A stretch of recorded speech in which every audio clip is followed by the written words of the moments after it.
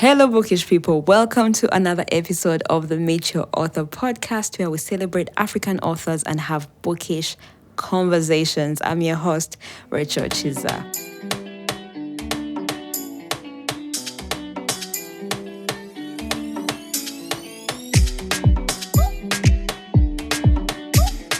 I noticed that in May I read more books than the previous months, and I'm so excited about that. I read amazing books across genres, and I'm thrilled to share with you my thoughts in today's episode of the podcast. Let's get into it. Anna, I was planning to explain things to you myself. This union is nothing more than a political move. It doesn't mean anything. You and I chose monogamy when we got married. This other marriage is not recognized by law, but if I want people to support my bid for a parliamentary seat, I must have a wife from my tribe. Do you understand, Anna? You don't have to worry. You'll forever be the only woman who means anything to me. You're the one I love.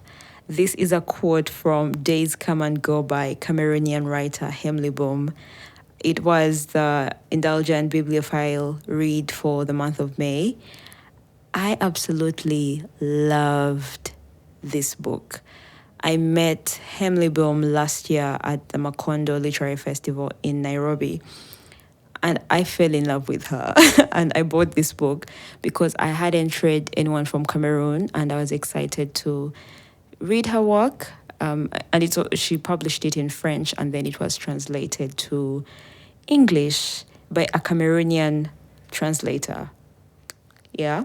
The writing in Days Come and Go is philosophical, and it made me feel like Hemley must be a very reflective person. The story it's gripping and humorous, and I read about Cameroonian politics and history, things that I really didn't know. The culture of, one of the things I found really insightful, the culture of venerating the dead. So there was really so many things that I got to learn about Cameroon in Days Come and Go, and I'm glad that I read it. But I also feel like the book was just doing too much. It could have been a 3-part series, really. So the plot comes off as disjointed, with so many aspects that are thrown at the reader without, any warning. And I felt like for me, it was just doing too much.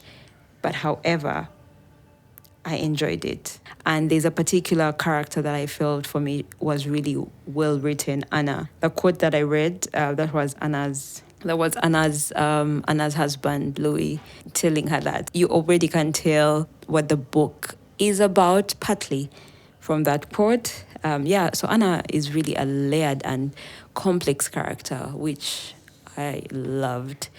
I hope that, more of you, whoever is listening, that you get to read Hemley Boum. At least if you've not read other writers from Cameroon, or I hope that whoever is listening, that you get to read Hemley Boum. If you've not read writers from Cameroon, she should be on your list. Must read. I found out also that the book was translated under Bakwa Books, which is in Cameroon. They got the rights to publish the book in Africa, and I think that's really, really important, being able to have Africa rights, but also getting an African translator to translate the work. That is very important work, and I hope that Bakwa Books is able to translate more of Hemley's work from French so that we can get to read it and enjoy more of her stories. Second book that I read in May is How to End a Love Story, a novel by Yulin, Kuang. I've been seeing so many bookstagrammers talking about this book, and I decided why not get into it. And I listened to it on Everend. I listened to the audiobook. So How to End a Love Story is a heartwarming enemies to lovers romance trope. I always like those novels that have the enemies to lovers troop. It's always exciting seeing how you can come from hating a person to falling in love with them. It always makes me so happy. The novel is well written. It's the one thing that I really, really loved about it is the dialogue. I'm a sucker for dialogue, especially during the time when what we call in Uganda, what we call vibing, when the guy is onto a chick or the chick is onto the guy and that, doing the whole back and forth conversation thing. Oh my God, if a novel does that so well, that dialogue, I'm always excited. Yeah, so it's well written with the dialogue is enviable. It's enviable. I loved it. The plot line is compelling. Though for me, I felt like the middle parts just dragged on a bit. And I wish that the author had, cut them short. But I still enjoyed the book. And I found out when I was doing my research on Yulin that she's a real life screenwriter. And I believe that's why plot is so vivid, especially the TV writers' room scenes. They're so vivid. I felt like I was a fly on the wall, enjoying the magic being created for TV. So I highly recommend it. And the audio narrators were perfection. Catherine Chin and Andrew Aiden were amazing. When Grant told Helen, "You're my favorite thing to look at in that room." Oh, I felt that. I felt that and I blushed along with Helen. Yeah, so I really enjoyed the audio narrators and I would say listen to the audiobook. Okay, you can still read the book, but listen to the audiobook so you get to experience the narrators like I did. I've had so many people talk about the ending and how it just didn't do it for them. It was too neat because the novel is exploring certain themes that don't require that sort of neatness. Then 3, I read Yellowface by R.F. Kuang. If you're into publishing or if you're into the book world, I highly recommend Yellowface. Like if you haven't read it, get to it immediately because it's so enlightening, it's insightful, and it gripped me from page 32 to the end. I was gripped. I kept wondering what's going to happen next. The suspense is so good. You will enjoy it. And I love that Yellowface aptly captures or interrogates the inner workings of the publishing world and, how it chooses what to focus on and what not to focus on, which people to idolize and which people not to idolize. I love that the book really showed the biases and the inequalities that are in the publishing world. I really loved that. And it's unfair, like so many other things. It's very unfair. I hope that there'll be better publishing structures that support the work of Black people to reach masses or for them to even get better deals than really than they're currently getting. And also I love that it talks about cancel culture in this day of social media and what that looks like and how that can affect people's livelihoods, how that can affect everything, people's mental health and well-being. Really, it's an insightful read. For me, it felt really practical, like those practical books that should be read by by everyone who is bookish, but also anyone who is into publishing. They need to read it. I would say this is, I think, one of the first books I've read where I really disliked the protagonist. I was infuriated by the protagonist. 4, Second Class Citizen by Buchi Emecheta. This woman is amazing. I've read The Joys of Motherhood, an absolute delight. I felt like The Joys of Motherhood really, it really mirrored my thoughts on motherhood or things I didn't understand about motherhood, but now I understand. I was excited to get into Second Class Citizen because it's Buchi Emecheta and I plan to read everything she has ever written. So Second Class Citizen, for me, it also gave language to my feelings on marriage, on motherhood, on how society treats women, which is so important because each time I read literature, I feel like it gives language to the things that I'm feeling. So Second Class Citizen was published in 1974. Imagine that. And I'm reading it in 2024. And for me, I love that Buchi reveals the truth about how women are seen by the people that love them, by their families, vis-a-vis how they view themselves. And I'm always curious about that relationship, how women view themselves vis-a-vis how their partners or their siblings, their mothers, fathers, and people around them view them. All I can say is that Second Class Citizen is a fantastic, powerful feminist novel, and I hope that every woman gets to read it. Even the men, I hope that every woman gets to read it. It was so painful to read. I just feel like in the book, her partner, the protagonist's partner, really hated her. Like, how do you wake up and do some things? That man was spiteful. Anyway, the book, it centers women and their evolution. And for me, I feel like those are usually some of my best reads, books that, they talk about women and how they're evolving and what that evolution looks like. I love to see women win, and you will enjoy this novel from beginning to the end. How our protagonist starts out helpless, but in the end, she picks herself up and, she evolves with the situation that life has set out for her. And as always, Buchi is interrogating such vital issues that women then were grappling with, but we still grapple with today. And that saddened me, that the things she was talking about that were happening in 1974 are still happening to date. It's like as if nothing has changed. It's just the years that have changed, but everything else has remained the same. I can't recommend this enough. Please read it. Language is beautiful. Writing is beautiful. Number 5 was American Royalty by Tracy Livesey. Now, this is a rom-com. Oh my God. Delightful, delicious. Everything was good. Everything was good about this. So we meet Duchess, a rapper, and her prince, who is a university professor. I love that the author, it says that the author drew the story based on Meghan Markle and Prince Harry's story. So when I was reading them, I tried to imagine Prince Harry and Meghan Markle, but Duchess and her prince were really vivid for me. And the story excited me. It's everything entertainment. If you're looking to get away, just be entertained, get lost in this world, then American Royalty is for you.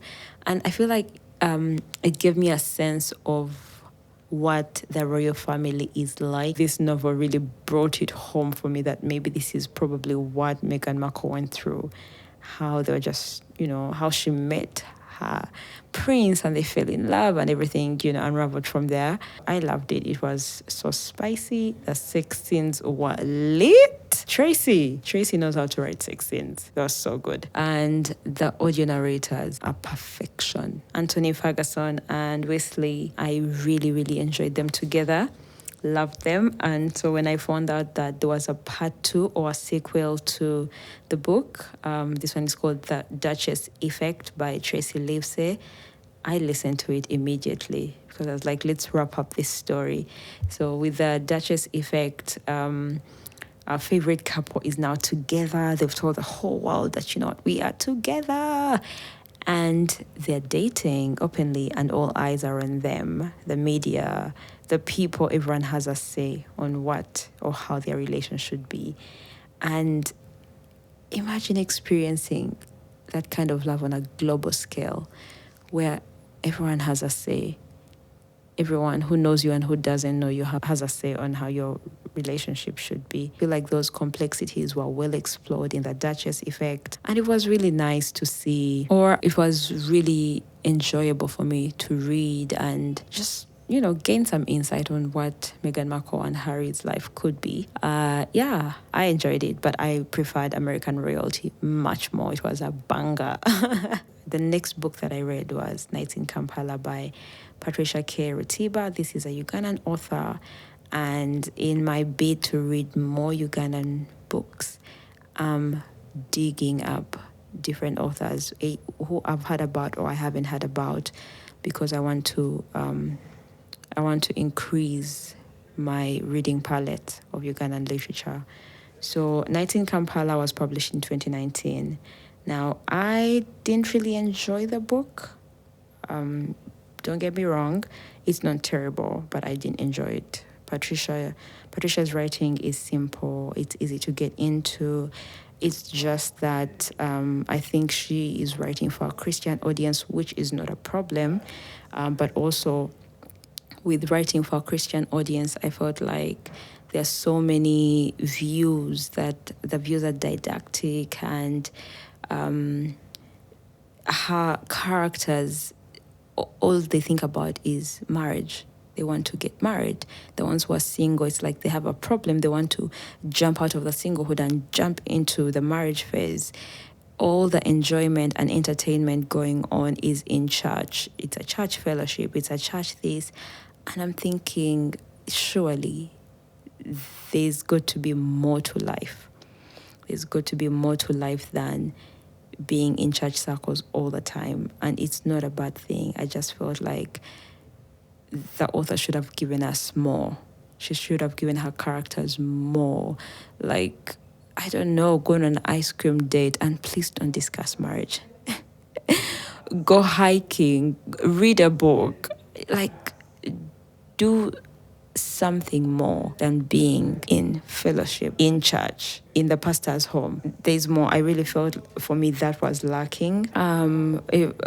On the aspect of spirituality, which is core to the book, that was well delivered, because most of the scenes, the people are talking about God. The characters are in church or doing church activities, so that was achieved. But I dislike novels where they're trying to solve the singleness puzzle. It's a puzzle that needs to be solved. Like, there's a reason why you're not married, so we need to ensure that you're married. Are you sure you don't want to date this man? Honestly, I was just like, I can't with this book. I wish that there was more roundness to the characters, more roundness to the plot. Yeah, it fell short on that, and it was really sad. And marriage does not solve singleness. I just wish she had done more with her characters, because the writing is great. And lastly, I read another Ugandan book, Silent Patience by Jane Kaberuka. I was very ambivalent about this book, because I neither liked it nor disliked it. I enjoyed some aspects of it, but on a whole, I felt the book was doing too much. Yes, it was doing too much. So many things were being covered, so that the author didn't have time to flesh out many aspects in the book. And I don't know if because it was published back in the 90s, so maybe, she was aiming for fewer words and not big novels, I don't know. But yeah, I just felt like it was doing too much for me.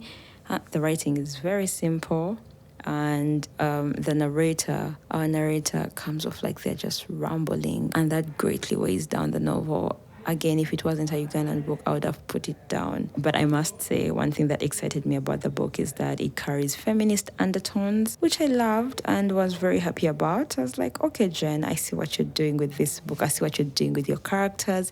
I see them standing up for themselves. I was happy about that, because Uganda it's largely a patriarchal society. So having literature that is very feminist in nature is exciting, and literature from the 90s, that's a win. Yeah, I also loved the mother-daughter relationship and the sense of community the book depicts, which I think over the years people have said is dying out in Uganda. I like the book in that way. Those different aspects I've mentioned, that it does not take away the fact that the narrator is rambling, weighed it down, and the book was also doing too much. And those are the books that I read in May. Thank you so much for joining me today on this episode. You can now send a voice message to my podcast, Meet Your Author. The link is in the box. Share your thoughts with me. Let me know what you think about the books that I read, but also tell me what did you read in May. And subscribe to the podcast, share with friends and family. Follow the podcast on X or Twitter at AuthorMate, and on Instagram at MYA_podcast for a bookish ride. Follow me for more bookish conversations on Instagram and Twitter at RachelK29. Until next time, bye.